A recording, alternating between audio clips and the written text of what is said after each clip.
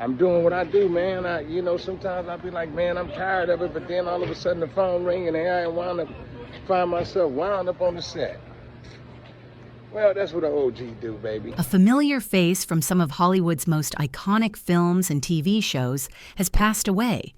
T.K. Carter, the actor best known for his role in The Thing and a long list of memorable television appearances, has died at the age of 69. The news has quietly but deeply resonated with fans who grew up watching his work across decades of film and television. According to reports, Carter was found deceased at his home in Duarte, California, after authorities responded to a call for service. Law enforcement has stated that no foul play is suspected, and at the time of reporting, an official cause of death has not yet been released. For many viewers, T.K. Carter may not have been a household name in the traditional sense, but his face was instantly recognizable. He was one of those actors who seemed to be everywhere at just the right moments, supporting stories, elevating scenes, and giving life to characters that stayed with audiences long after the credits rolled. Carter's career stretched back to the 1970s and spanned nearly 5 decades. He worked steadily in an industry where longevity is rare, moving effortlessly between film and television, comedy and drama. His most iconic role came in 1982 when he appeared as Knowles in John Carpenter's The Thing. Though the film initially received mixed reactions, it later became one of the most celebrated horror and science fiction movies of all time, with Carter's performance remaining a fan favorite. Beyond The Thing, Carter became a familiar presence on television. Many fans remember him from Punky Brewster, where he played Mike Fulton, a role that introduced him to a younger generation and showcased his warmth and comedic timing. He later appeared in shows like The Steve Harvey Show, Seinfeld, ER, NYPD Blue, and The Corner, demonstrating a range that allowed him to move comfortably between lighthearted sitcoms and intense dramatic roles.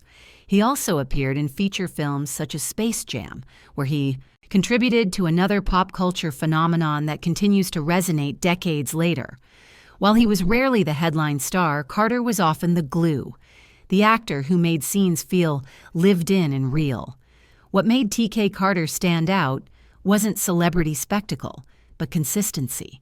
He was part of an era of character actors who built careers through reliability, professionalism, and presence, rather than controversy or self-promotion.